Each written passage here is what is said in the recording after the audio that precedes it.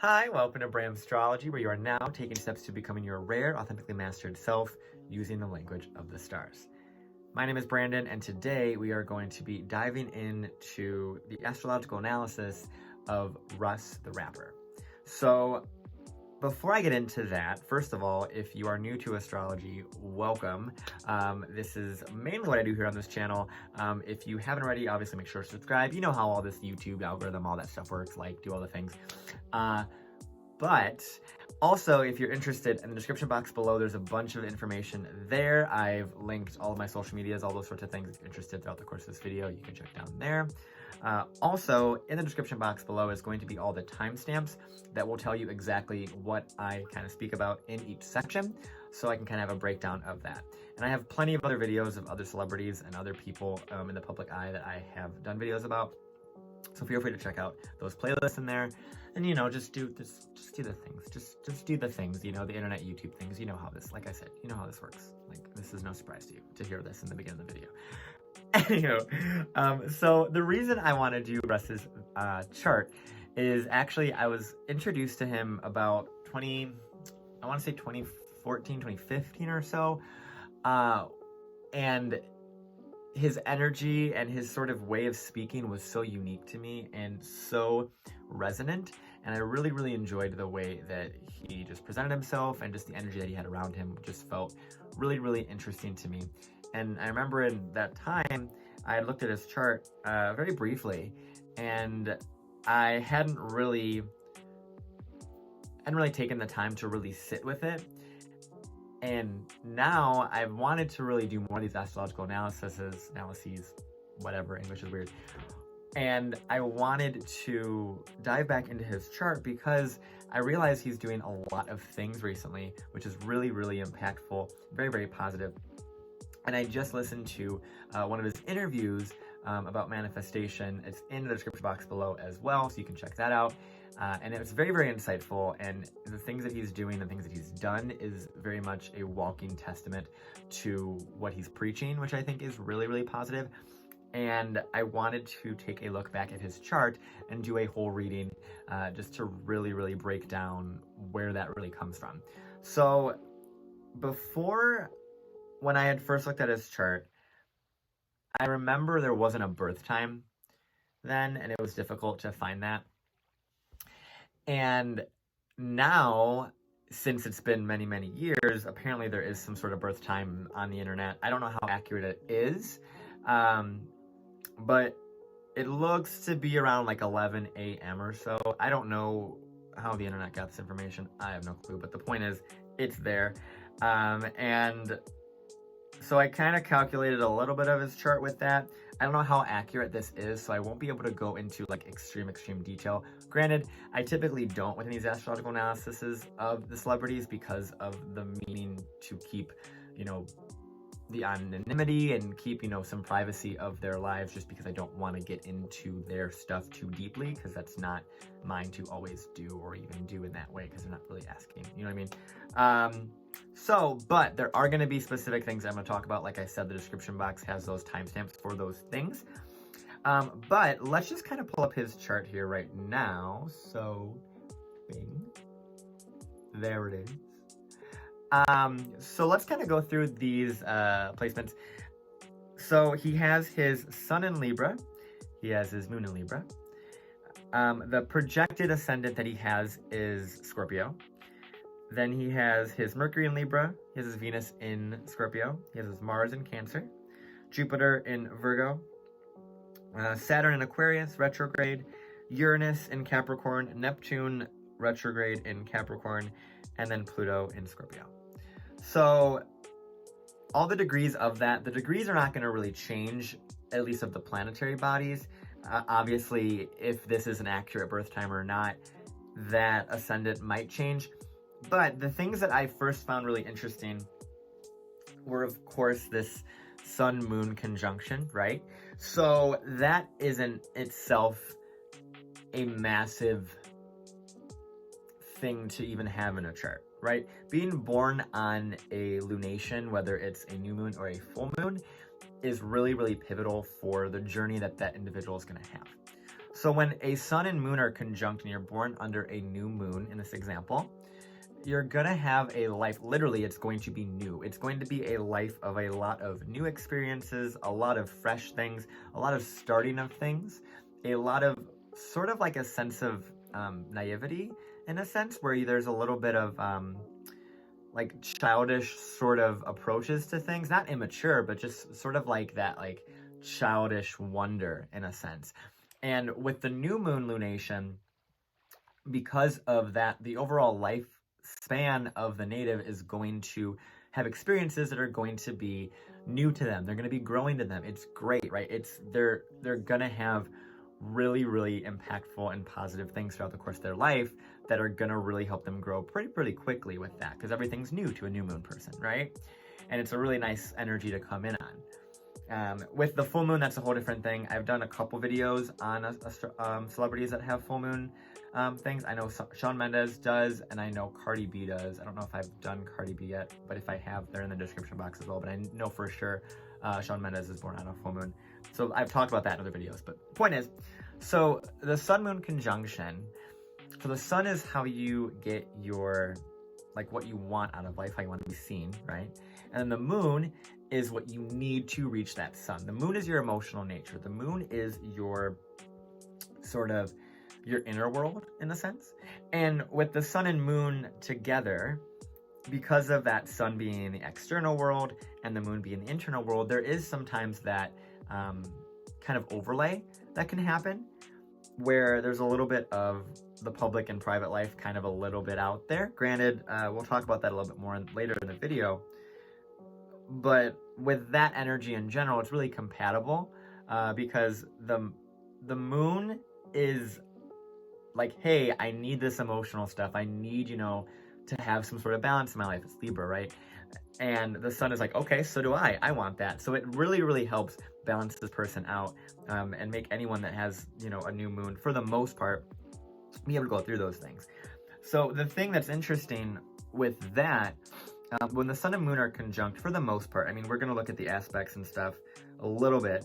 When the sun and the moon are conjunct, there is a pretty healthy relationship with both of the maternal and paternal like figures in the life. So there will be like a pretty healthy relationship for the most part. Like I said, there's a lot of things I haven't really gotten into in this chart exactly right now, but there is a pretty nice energy born under a new moon, because the energies of the sun, at least the perception of the native, which would be Russ in this example, is pretty solid, where their maternal and paternal figures are pretty in sync for the most part. So that's really, really positive in that. Like I said, the lunation, being born on a lunation like that is huge, and it marks so many different things. And if you guys want more information specifically on being born on a new moon, let me know, because I will put that down below. I can write something, type something up, whatever you guys want, because it's a really interesting thing to talk about. So that's that part, right? And I haven't really gotten into the houses because I didn't really want to talk about those, just because of the nature of it, because I didn't know how accurate, like I said, the birth time was. But so we're gonna move on now. So that's the sun moon conjunction, being born on a new moon. We are gonna move on to the next one, which is the sun Jupiter conjunction. So if you can see, the Jupiter that he has is in Virgo. It's at 27 degrees, and then his sun is at 3 degrees of Libra. So this is an interesting one, because the sun doesn't really function that well in Libra, right? It's not an energy where the sun likes to really focus on others all the time, right? Libra suns typically have some sort of not entirely disconnect, but they might have a little bit of a problem kind of asserting themselves, in a sense, because it's opposing Aries. Aries is where the sun is like in its highest expression. So when it's in the opposite sign of that, of Libra, it's kind of like, I don't really know how to do this stuff. I don't really know how to do these solar things, right? So there is a little bit of a disconnect with that. And then this Jupiter in Virgo is also in a sign it doesn't like to be in, right? So Jupiter in Virgo is not the best when it comes to beliefs and that stuff in a sense. And we'll talk about his Jupiter in Virgo in a little bit too. But the thing that makes Jupiter in Virgo the best it can be, because Virgo rules the analytical mind. Virgo rules the energy of, okay, I need to understand logically why I'm believing this. I need to understand logically why the universe is the way it is. It's very logical. That's what Virgo is. Virgo is the analytical, let's break it apart, let's take it apart and rebuild it thing. That is Virgo. And then Jupiter is this very like philosophical, religious, big picture planet, right? It rules like all of those like philosophies, religion, mindset, all those bigger things. And Jupiter, it has to think big picture, and it has to like open its mind. But then Virgo is like, no, let's like kind of nitpick at it some more. Let's make it more perfect. Let's make it more like understood. Let's really, really break it down. So when those two energies are together, the Jupiter and Virgo, they don't really know how to function all the time. And it might be a lot of mental energy, a lot of mental anxiety with that, because there's this really, really big need to understand the world, to understand why you're believing what you're believing, and to organize the day based off of that. Jupiter in Virgo also, since I'm on the topic, is one of the most common placements to have a career where you really, really enjoy what you're doing. Because Virgo rules your day-to-day life, it rules the work that you do, right? Your habits. And Jupiter blesses whatever area that is. So if you have Jupiter in Virgo or Jupiter in the 6th house, you can have a very, very blessed life, a very, very blessed work that you do, and you really enjoy that. And with that Sun in Virgo, or the Sun in Libra, conjunct that Jupiter in Virgo, which means that they're close in the sky, there is a very large likelihood that he really, really enjoys, obviously, what he does in his day-to-day life. And that little overlay between the Libra and Virgo energy is really interesting, because if he were to be born, granted, he wasn't born in the future in that sense, but like, if he were to have Jupiter in Libra as opposed to Virgo, I think more of the artistic qualities would kind of have come out a little bit more. He has a lot of Libra, so there is a lot of energy with that's already artistic and already really beautiful and really aesthetic. But with Jupiter being in Libra, it would function a lot like better, and I think he would have a different relationship with relationships as well because of that. And so that's an interesting thing, because I think with the Sun and Jupiter conjunct for him, especially Jupiter in Virgo, Sun in Libra, and that like over the axis with that, it's almost like he's known, part of his identity is his beliefs, right? And it's a really, really lucky placement. Whenever the Sun and Jupiter are conjunct, first of all, just so you know, it only happens once a year. Granted, it's not an exact conjunction, but still, that transit only happens once a year, which is a really big deal. So when you're born under a Sun-Jupiter conjunction and under a new moon, is wild. And so the Sun-Jupiter it expands your ability to increase what you want and get what you want, right? And just like live the life that you want. And it magnifies that sun. The sun is the solar energy, it's the identity, it's the ego as well. And there is this like kind of inflation of that, which can be both on the good or the bad side, right? Jupiter can be very, very inflated ego, like I said, or it can be very, very much like a guru, very spiritual, because Jupiter also represents that sort of energy as well, where it's very like philosophical, it's very much a teacher. And I think he's definitely stepped into both of that, and he's definitely worked with the Libra Sun and the Jupiter in Virgo really, really well, especially considering the manifestation things that he's done, and the actually verbalizing that and teaching people how to do that, I think is a really, really pivotal thing for his journey with that too, which is really, really cool. So that's the Sun-Jupiter conjunction that he has going on. And I could talk way more about this, but I'm not going to get into all of that because I'm trying to get through a lot of these things. So now we're going to kind of talk about his Mercury and his Mars. So the Mercury I have broken down into two sections. I I actually should really do it in 3 sections. And then I have the Mars broken down into about 3 sections as well.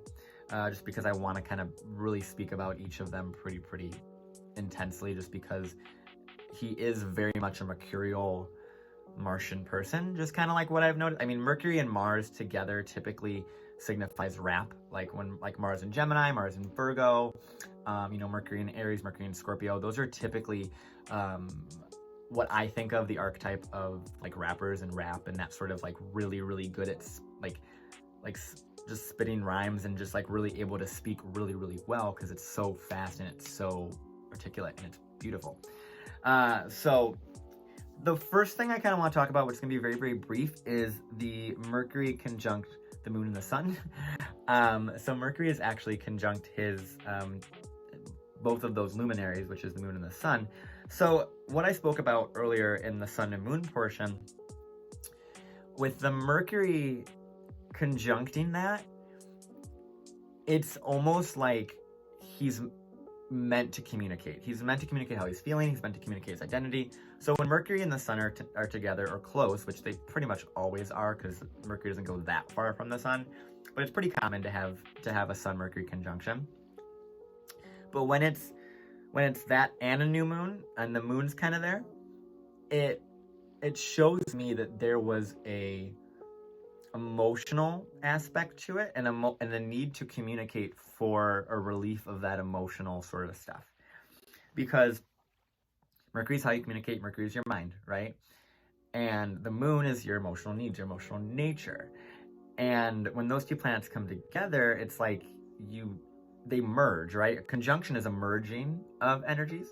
And so this shows that there's that like a really big need for him to just communicate and speak. And with it being Mercury in Libra too, Mercury in Libra is very artistic, it's very balanced, it's very fair, it's very good at speaking, it's very good at seeing both sides of things, which I think is really beautiful to have. And that's really not what I would have thought for someone with like a rapping sort of career, at least that Mercury moon conjunction. I mean, it makes sense because the moon is the emotional part, so there's definitely that passion there.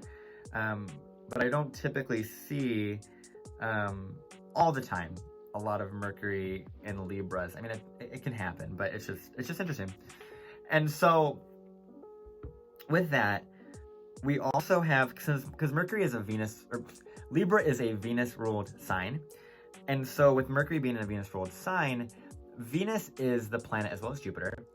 They're both the planet of receiving, right? Jupiter is more of like on the bigger level, but Venus is on the smaller level, more personal level.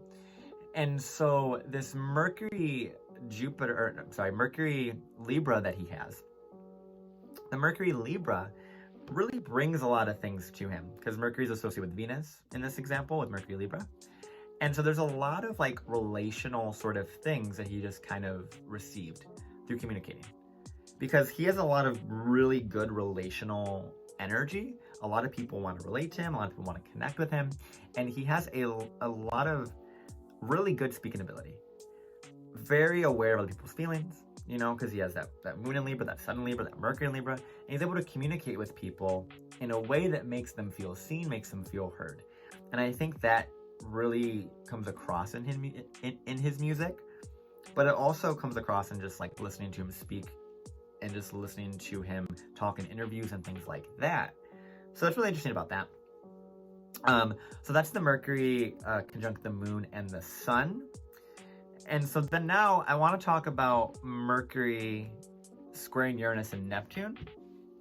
So with Mercury squaring Uranus and Neptune, whenever you have a personal planet in aspect to like a generational planet, which would be Uranus, Neptune, or Pluto, and even Saturn too, but more so Uranus, Neptune, and Pluto, it shows that that planet that is interacting with those outer planets, that planet and whatever that planet represents, the more you lean into that energy, the more it's going to actually impact the collective. It's going to impact a generation, right? So people that have like Sun conjunct Neptune or Sun conjunct Pluto or Sun conjunct Uranus or those sorts of things, their identity, their way that they express themselves is going to naturally affect a lot of people, right? And so with Russ, he has his Mercury is squaring both of the Uranus and the Neptune in Capricorn. So what that tells me, and this is a lot of things with the Uranus-Neptune conjunction generation anyway, for so like most of like the beginning of the 90s, late 80s, 90s. With the Mercury aspecting that, and aspected by a square too, it shows that there's a lot of influence that his words can have on the collective. Specifically his words. And with the square, it might have been difficult for him to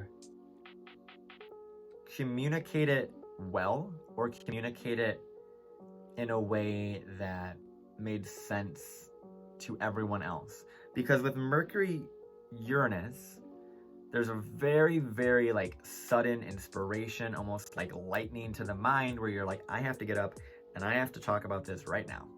Like I have no opportunity besides right now, right? And you have this inspiration. It's a very inspired energy with the mind. And then Neptune with that is more of like a nebulous, sort of confusing, difficult to grasp energy, but it's also extremely artistic. And because Mercury Neptune is in this chart, it shows there's a lot of creativity. There can be, with that Mercury Neptune, there can be a need to kind of escape reality, to really understand and see the scope of it. Because Mercury Neptune, it has this way about it where it doesn't want to, it doesn't know that there's a bigger picture for what it's doing. And Neptune energy overall, it's difficult to grasp, right? But it's also the energy of going out into the ocean, right? And trusting, even though you can't see the land on the other side of wherever you're at, right? Wherever you're traveling to, you still are going to keep going, and you trust that there's something out there, right? You trust there's a bigger reason for what you're doing. You trust that there's something pulling you in that direction that has a bigger picture and a bigger plan for your life. And that's Neptune energy, right? And with Mercury with that, there's an aspect of him that when he speaks and when he communicates, which is so in line with his identity and everything he needs in his life, it resonates with people. And it's almost like he was doing it and he didn't quite know where it was gonna go, maybe. Or he just knew that he had this really big feeling, and maybe he had some very profound spiritual awakening too. I definitely could foresee that.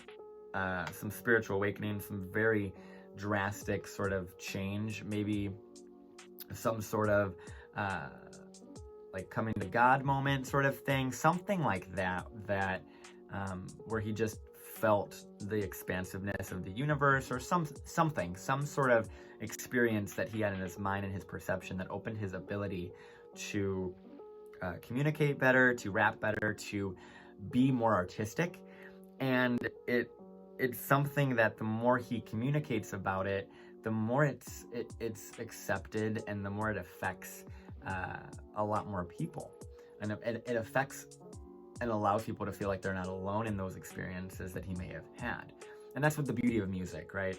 Music has such a healing quality to it, and it's almost like it's transcendental. It really, really is. It transcends all time. It's one of the only things in our own mind that will stay within our memory, despite having like Alzheimer's and difficult sort of traumatic brain injuries. We still have that basic musical sort of recognition, right? And so it's really, really interesting that he has that. But I think there's something that I think happened. I don't know exactly when. I can't really get that. I could get that much in it, but I'm not going to. But I think there may have been some sort of really psychedelic experience. That's what I'm feeling. I'm feeling there's some really psychedelic experience that made him very, very, very much more much more creative than he was. And it kind of jump-started him much further. So that's the Mercury squaring Uranus and Neptune, which, like I said, I could talk about these a lot longer in detail. So if you guys want more details on that, or if you had that aspect and you want to chime in about that, feel free to put them in the comments down below. But I'm going to move on to the next Mercury aspect, which is the Mercury trine Saturn. So with Mercury trine Saturn, this is one of the interesting ones for him. And we're going to talk about his Saturn too, because I'll do some predictive work later on in this video, because there is some interesting transits he has coming up. But as for Mercury trine Saturn, so Saturn is the aspect of time, right? There's a lot more to it, but for the sake of this video, it has to do with time, it has to do with karma, it has to do with being consistent and having boundaries and having very, very clear-cut goals and working within the confines of the lesson you're supposed to learn. And the lesson you're supposed to learn, you can see at looking at your Saturn sign, which for him is Saturn in Aquarius. At the time recording this, we are in Saturn in Aquarius. Saturn is currently at like 6 or 7 degrees of Aquarius. So it's kind of dancing around his own Saturn. So once again, like I said, we'll talk about that later. But as I was saying, with the Mercury trine Saturn, when there's a trine, it's an energy that is really, really supportive in the long run, right? And a trine to Saturn is something that you're gonna keep running into hiccups. You're gonna keep running into delays in that area, or you feel like you never get it right? You're never gonna get it right when it comes to that planet that's connected to Saturn for a while, until Saturn, either Saturn return or any major transits, or you really learn Saturn's lessons. Because Saturn wants you to learn the specific lessons in this example, which is Aquarius, so that Mercury can express itself in the way that is in alignment with that, which it already is. It already is, because astrologically, Mercury and Libra and Saturn and Aquarius, they're really, really in alignment. And looking at it too, I think that's actually his tightest aspect, which means that's his biggest and most prominent thing within his chart that plays out. So with the Mercury Saturn, it has this steady increase of mentality, right? Steady increase of understanding yourself, understanding reality, understanding how to communicate. Mercury Saturn needs a plan. Mercury Saturn needs to know that there's some organization around what they're doing and some end goal that they're working towards. And if you give Mercury Saturn a goal for them to communicate in this way, or learn how to speak in this way, or learn how to have these sorts of speeches, or whatever it may be, it just naturally sort of builds the way it's supposed to. Now, with the Mercury Saturn, with the Saturn being in Aquarius, there's a level of not really being accepted for who you were, or who you said you were. And so the Mercury in Libra wants to connect with Saturn, right? It wants to look towards the future. And Aquarius is very much the futuristic sign. It's the sign that is associated with free thought, with innovation, with differences. And with Mercury trine Saturn, and all of this actually is trining the Saturn is trining all of his Sun, Moon, and Mercury in Libra, which is really, really telling of a lot of maturity. That although Saturn is in a trine and it's a really good aspect, it's really positive, it still is going to delay those developments in all those areas of life. And I'm not sure obviously I don't know his story, I'm not him, I'm not talking to him, I have no idea, but I'm just saying that there was some sort of developmental delay, that was overcome obviously through time, because that trine really says a lot of maturity, a lot of understanding. And the thing is too, there is because Saturn's retrograde, there's an energy of that, of almost, whenever you have a retrograde planet, there is a delay in manifestation, especially when it's not in alignment with what you're supposed to do. Saturn retrograde, it's almost like you overused authority or overused some sort of power in like a previous life, if you believe in that, and there was a need to kind of slow you down on that, right? And Saturn retrograde naturally is going to kind of slow you down. It's going to require you to take a little bit harder work to really, you're going to come up with more struggles early on, but once you learn how you work and how the system works and all those sorts of things, you can really navigate it in a way that is really, really telling. And I think that's the Saturn in Aquarius retrograde, I think, is, and also in his third house, it tells me that that's kind of what hints at his ability for him to go against the entire like industry in a sense and be his own like free agent and his own sort of artist and create his own path. And that's very Saturn and that's very Aquarian energy, but it's also very Saturn retrograde, if that makes sense, because there's this authoritative group think, the things that society tells you to do and tells you how to do things. And Aquarius is like, no, I'm gonna go do my own thing. I'm gonna do it my way. And it's not really well liked initially. But then eventually, as time goes on, time progresses, it's more accepted. So that's the Saturn in Aquarius. It's retrograde there with the trine of Mercury. So those are the Mercury aspects. Like I said, there's much more I can get into this. I'm not trying to get like super deep. This is just kind of like an overview. Even though granted this video is probably going to be stupid long. But that's why I have timestamps, so it's cool. Check them down below. So now we're going to talk about the Mars that he has. So I have this one split up into 3 sections.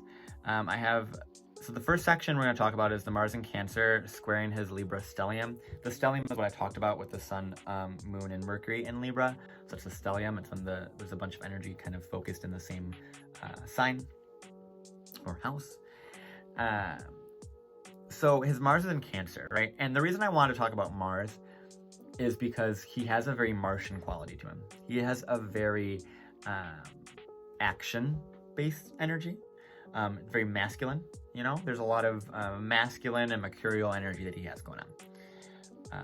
And I wanted to really dig into his Mars because the Mars seems to be, and the Mercury, they both seem to be really what is telling in his chart. And the thing about Mars, the first thing that popped up, first of all, let me explain Mars in Cancer very briefly. So Mars in Cancer, once again, he has this like interesting theme of a lot of planets in signs they don't like to be in. And Mars does not like to be in Cancer. Mars likes to be in Capricorn. Mars likes to be in a career-driven sign of Capricorn, not in a house-sensitive, emotionally driven sign of Cancer. And so with the Mars in Cancer energy, it typically takes a while to muster up motivation to do things because Cancer energy is very emotional. It's very connected to the emotions, and there needs to be some sense of safety internally as well as externally, but just safety overall before it can act and before it can do things. And Mars isn't like that. Mars does not like to have to really feel things before it does stuff. That's not a Martian thing. That's not a warrior thing, right? Warriors don't go into battle having to think about, you know, like what they're really emotionally feeling. They just go and fight and they go and do that, right? But the caveat with Mars in Cancer that's actually really helpful is if Mars in Cancer is related to the archetype of family and fighting for family and fighting for the mother, fighting for maternal figures, fighting for women, fighting for the homeland even. Mars in Cancer can signify like fighters of like their home country as well. And so if you push it towards that, towards a motivation of family and really sustaining the family, which is naturally kind of a human thing anyway. But if you can push it towards that, the Mars will be able to manifest a lot better and a lot more clean and a lot more crisp and clearer, you know? So that's the Mars in Cancer, at least. So with Mars, they're squaring this Libra stellium. And it's really interesting because he has this square to the Libra stellium, and then the next person we're going to talk about are like he has this, you know, this opposition to Uranus and Neptune, and then this trine to Venus, which is interesting. So with the square, his Mars is probably the most aspected thing in his chart. It is connecting to almost everything like I could possibly think of. I mean, it's not everything, but for the most part, it's connected to everything. And if he is a Scorpio ascendant, this is his chart ruler because Mars traditionally rules Scorpio. So that means that this is where a lot of his energy and his identity is going to go towards with the Mars in Cancer. So with this Mars in Cancer squaring the Libra stellium, there is a very big need to accomplish, right? A need to accomplish something, like I said a second ago, is a need to accomplish stuff for the family. I need to accomplish stuff for the relationships, right? Whatever the mother has a lot of impact here, a lot of impact. Mars in Cancer in general kind of shows that, but also with it making an aspect to the moon, and the moon kind of being that energy that is connecting the Mercury to the sun in his example. The moon energy is what brings stuff down to reality, and it's like the last planet within our solar system that really connects us to the Earth. And the moon, because it's so close to our Earth, that's why it affects our tides, it affects the menstrual cycles, it affects all these different things more directly, and you see it more clearly. However, like as I'm sure you probably know if you're interested in astrology, all of the planets have their own sort of significance and impact on us. But once again, the moon is the most impactful, most directly that we really, really see, right? Besides the sun as well, but we all know about that. But so the Mars squaring the sun, Mars squaring the moon, Mars squaring Mercury. Mars square Mercury is interesting because of the fact that he's a rapper, because it seems like because he has a lot of squares, at least from his Mars to his Mercury, he has a lot of pressure in this Libra stellium to act and to do things and to go forward. With that Mars in Cancer aspect in that Mercury in Libra, there's a pressure. There's a pressure.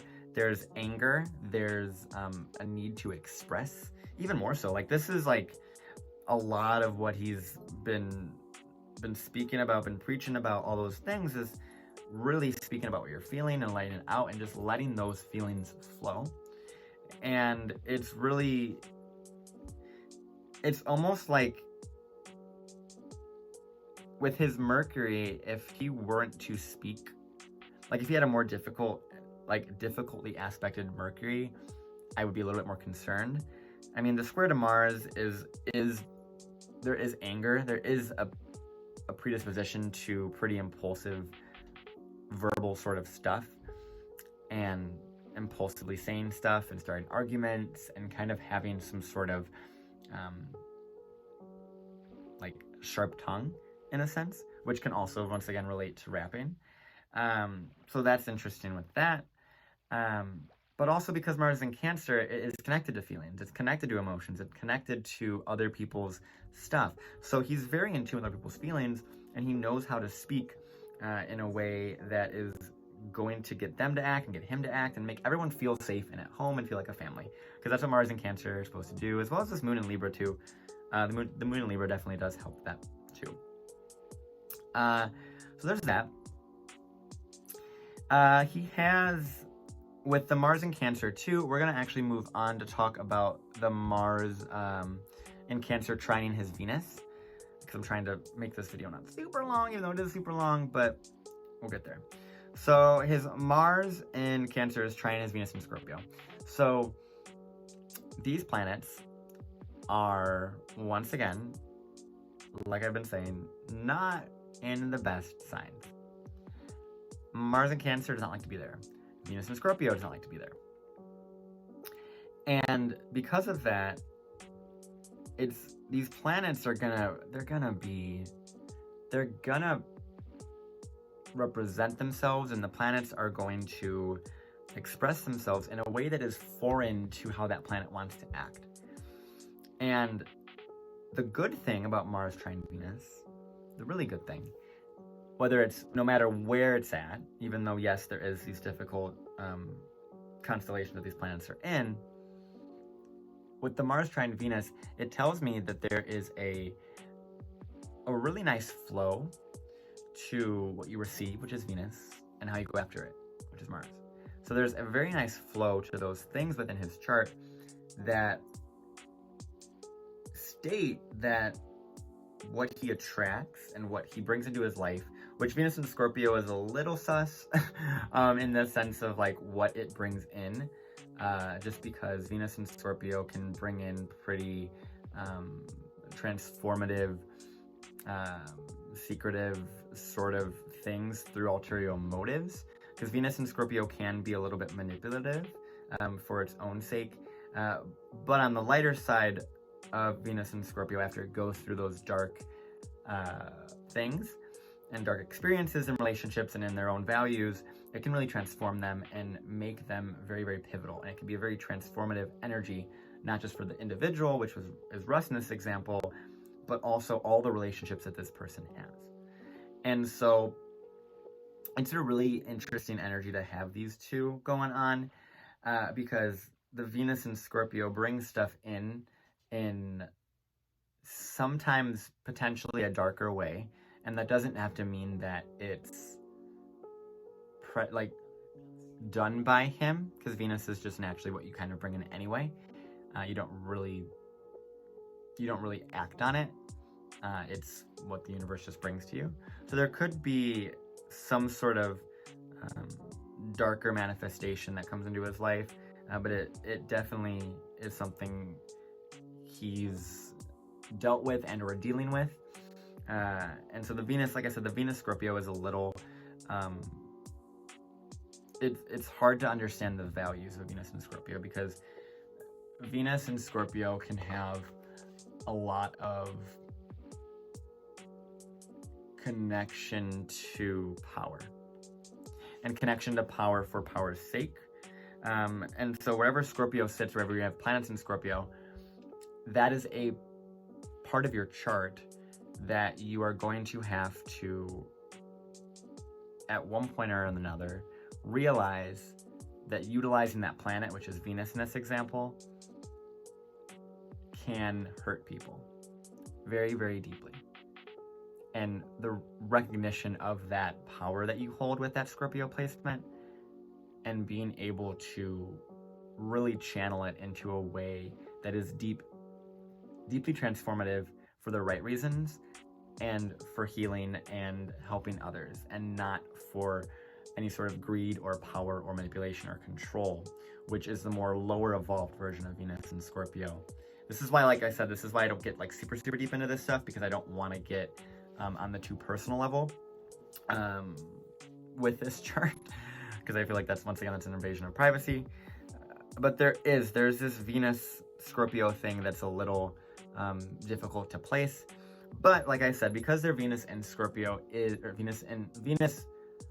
because Venus in Scorpio and Mars in Cancer are trining one another, it's a very supportive energy of bringing things into the life really, really easily, right? And it's water, so they're both water signs, so there's a lot of emotionality to it. There's a lot of following the intuition, following the gut, following the vibes, I guess you could say, and really just going through that and following the energy and seeing where it goes. And that's really a really big part of his path. And the last thing I want to talk about is his Mars that opposes Uranus and Neptune. So once again, the Mars is in Cancer, opposing the Uranus and Neptune. And with the Mars in Cancer, once again, I spoke about this earlier. It is in its sign doesn't like to be in, which is Cancer, and so doesn't function that well. Mars Mars in connection with Uranus and Neptune, especially the conjunction of Uranus and Neptune, it shows that the native, which is Russ, will, through their actions and through what they do, they'll be in alignment with humanity. They'll be in alignment with some sort of bigger picture, right? Some sort of bigger purpose, right? Some sort of religious sort of energy as well, which he's doing very well with the whole Jupiter and Virgo and the whole manifestation thing. There's that's very much a Jupiter and Virgo thing to do, especially because he wrote it too. But because the Mars-Uranus opposition and Mars-Neptune opposition, both of those can manifest as a little bit of an erratic energy with the Mars-Uranus, right? And Mars opposition to Uranus manifest outwardly so that we're aware of it, so that we see it within our experience, like externally. And then with Mars-Neptune, there's this almost like seeing, this is gonna sound weird, but like feeling connected to a higher power when you're doing things. Mars-Neptune. It's that, but it can also be only being able to connect to that through substances or through different things like that, because Neptune is associated with those sorts of things that we take that bring us to higher levels of consciousness.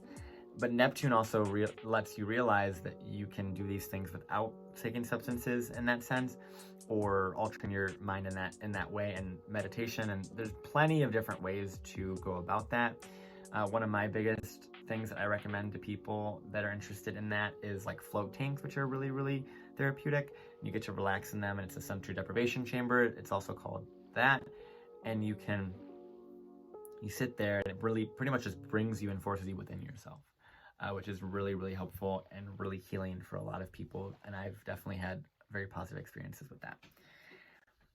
So the Mars-Uranus, Mars-Neptune, once again, I could talk about this a lot more, but I'm trying not to, just for the sake of time. But now I'm starting to feel that there's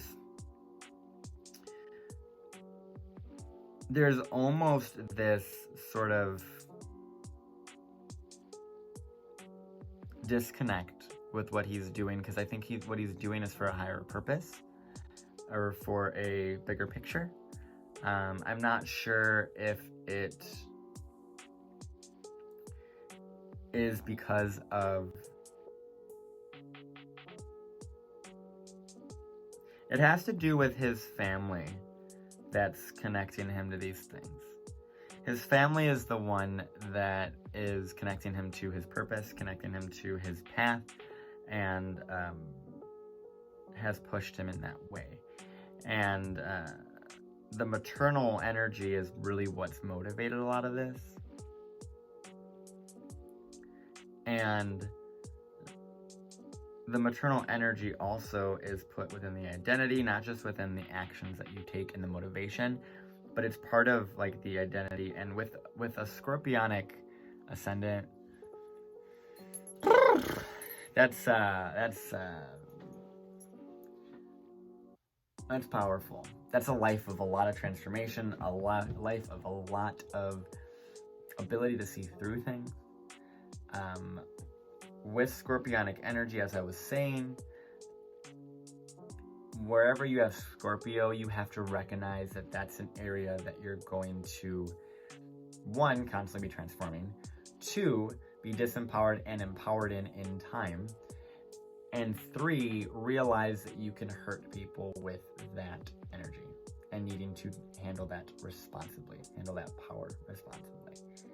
So with Scorpio ascendant, it's almost literally in his nature, in his way that he interacts with the world, is a very empowered person. And when people are very scorpionic, people just naturally follow them and naturally give their power to them.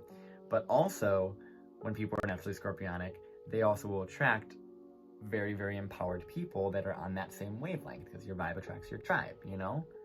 So it's a matter of both of those things. With Venus being in Scorpio, that's a little, once again, that's a little difficult for me to work with or place, just because of the nature of the chart. Because there's these really nice, like the Sun, the Moon, Mercury, the Jupiter, all that stuff. It's just this Mars in Cancer and this Venus in Scorpio and this Scorpio ascendant that are kind of all a little bit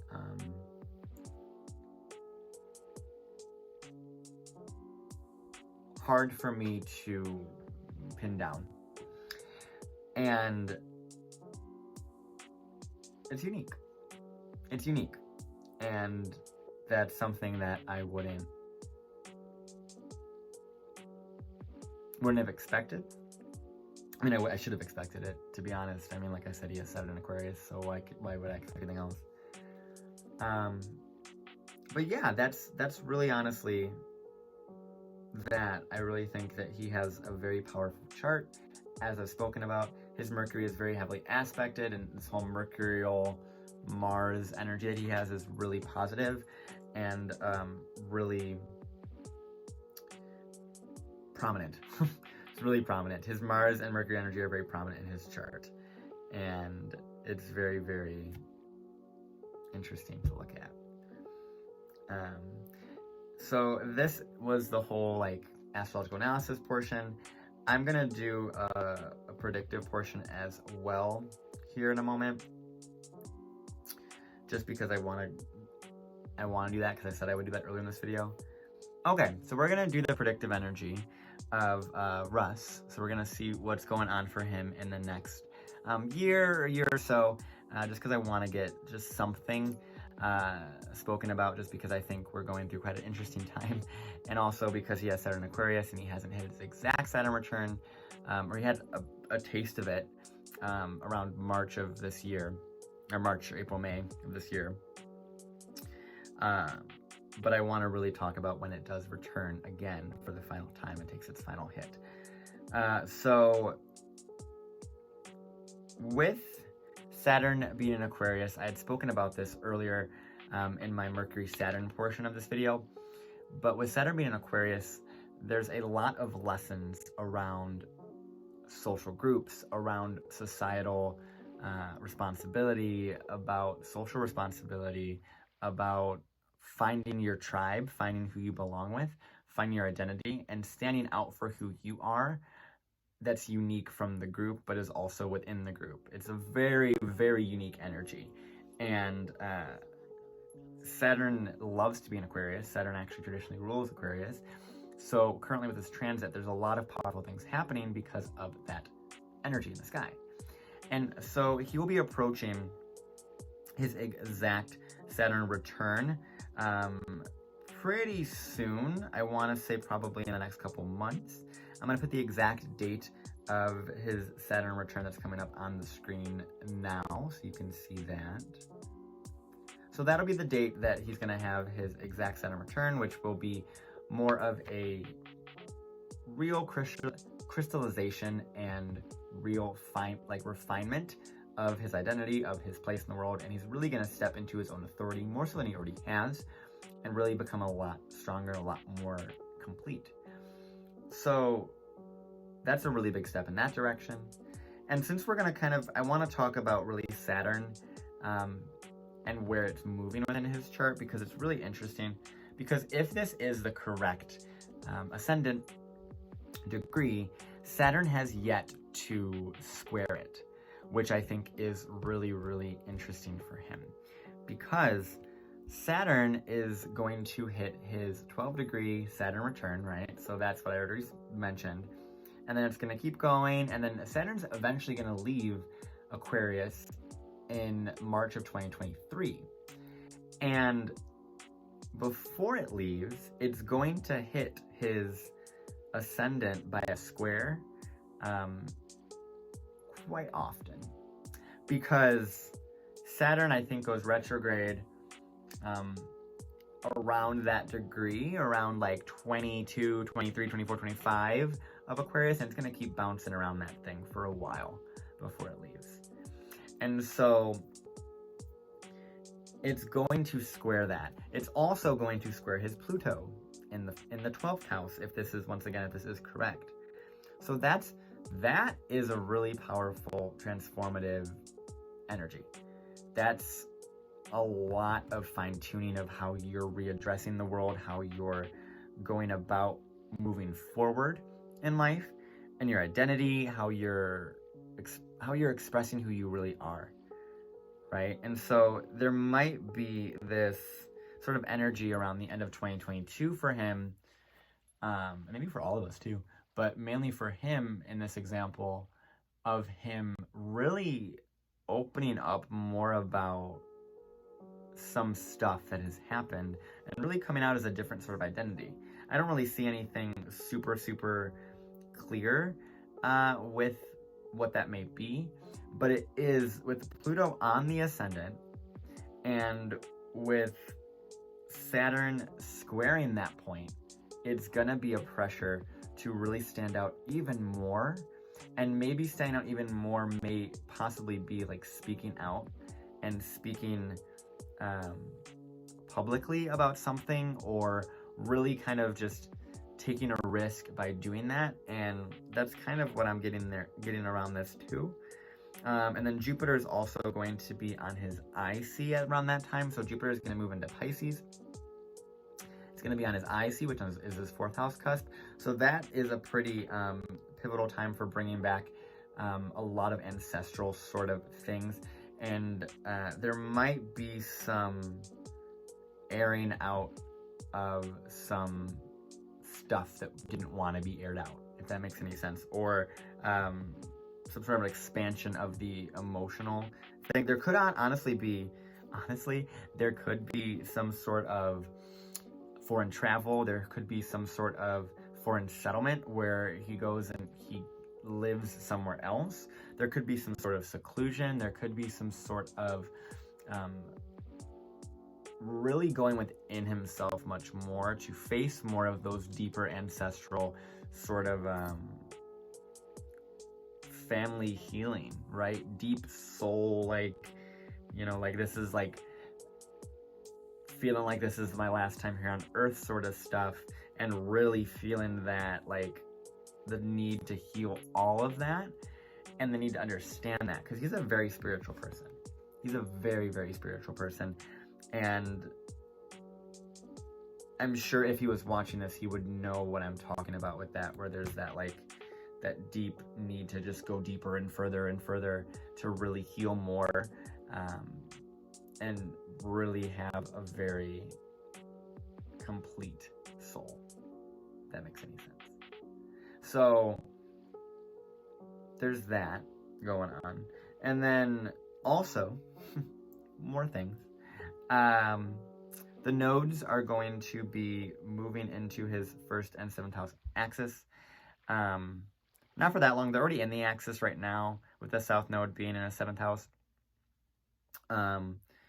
And the north node being with the south node being in his 1st house and the north node being in his 7th house. But it's going to conjunct his ascendant and descendant axis. Honestly, probably around the exact same time that he has this exact Saturn conjunction, because the nodes will move in right around the end of this year. And so his exact Saturn conjunction looks to be right around New Year's of this upcoming year of 2022. It looks like it's going to be right around, literally almost exactly on New Year's, about January 2nd, January 3rd is the exact conjunction of that. And then as for the exact date of when the nodes cross over his ascendant, if the ascendant degree is correct, once again, I'm assuming with that, just because it wasn't on the database that it's like really checked, but it seems to be pretty accurate if I get a read off of him as a Scorpio ascendant. That seems pretty accurate in my mind. So it looks like it's going to be right around, honestly, right around March. Right around March of 2022 is when he's going to have that that sort of more pressure with those things. Yeah, so it's going to be, so in order of the transits that are going to happen to him, it's going to be his Saturn return, the exact Saturn return, the last hit of that, right around January 1st, January 2nd. And then almost exactly 2 months later, if the ascendant is correct, there will be an exact conjunction of the south node on his ascendant and the north node on his descendant, which that'll be around March of then. And then after then is when Saturn will square his own ascendant point again. But it does seem like there's something going on, because in between those points, Jupiter is going to cross over that IC that we've projected. And because of that, there may be, once again, like I said, a releasing of emotional baggage, emotional ancestry, emotional sort of connection to things, and an emotional attachment, you know? And there's a lot of stuff asking him, and asking all of us genuinely, but asking him, especially with these transits, to release attachment. Release attachment to the self, though, which is a really difficult thing to do, because that's something that literally we're all born with an attachment to our bodies. So it's really difficult to release that attachment to our bodies or our identity or our ego in that way, because a healthy ego is natural. It's natural to have an ego, and trying to dispel it is a difficult thing. But the south node there does say there's some sort of releasing of the identity, releasing of the way that they take action, the way they go after things. So that's interesting with that. And then not for a while, but there will be in about a year, couple years, there will be Uranus square to his Pluto and Uranus square to his ascendant, which is going to be a bigger sort of thing, bigger sort of transit that'll gonna kind of pop him all out a little bit more. But yeah, there's a lot with him with that I'm looking forward to. I'm interested to see what's going to happen. A lot of the celebrities I've been reading for have Saturn in Aquarius, which is super, super interesting, just because most of them have not had their exact Saturn return yet. So it's like a really interesting process, and all of us are kind of going through it. So I guess this is like my thing to all the celebrities, to just be like, hey, like, it's okay, we're going through this together, it's fine, you know? But yeah, that is pretty much my astrological analysis of Russ. If you guys want any more information or any more celebrities that you're interested in kind of talking about, feel free obviously to comment them down below. Like I said, I have my little playlist with all the other videos of all the celebrities that I've done astrological readings for. And yeah, just honestly, I really enjoyed this. I really enjoyed talking about Russ's energy, about Russ's chart, because I think it's very unique. It's very forward of its time, and it still is in 2021. And I'm really looking forward to see what he does with everything he's been given. And I think he has a lot of massive growth over the next couple of years. We all do. But it's very, very interesting to see where it's going to go, and I'm really excited for that for him. So yeah, so if you guys, like I said, are interested in anything connecting with me, feel free to look down below. You know where it's at. You know how this works. So yeah, that's my astrological analysis, guys. I hope you enjoyed this, and I will talk to you when I talk to you. Love you.